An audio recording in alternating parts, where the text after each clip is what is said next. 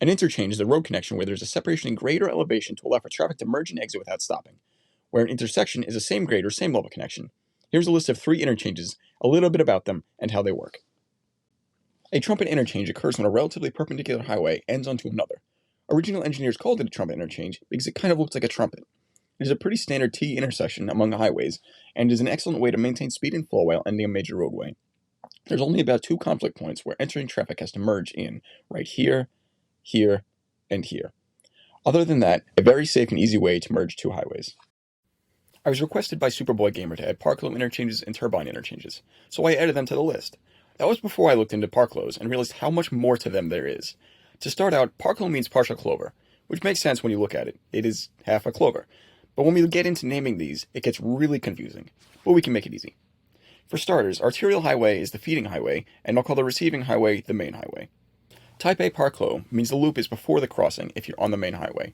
The number following is the number of quadrants the ramps use. So if we look at this is a par-clos A2 interchange. 2 sets of ramps and 1 quadrant each.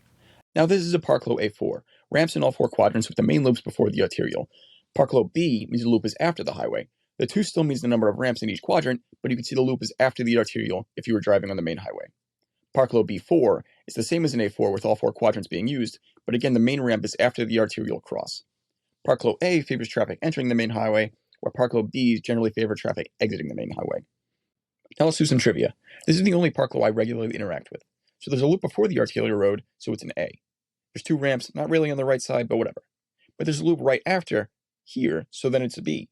Still 2 ramps, but that would be an AB par-clos.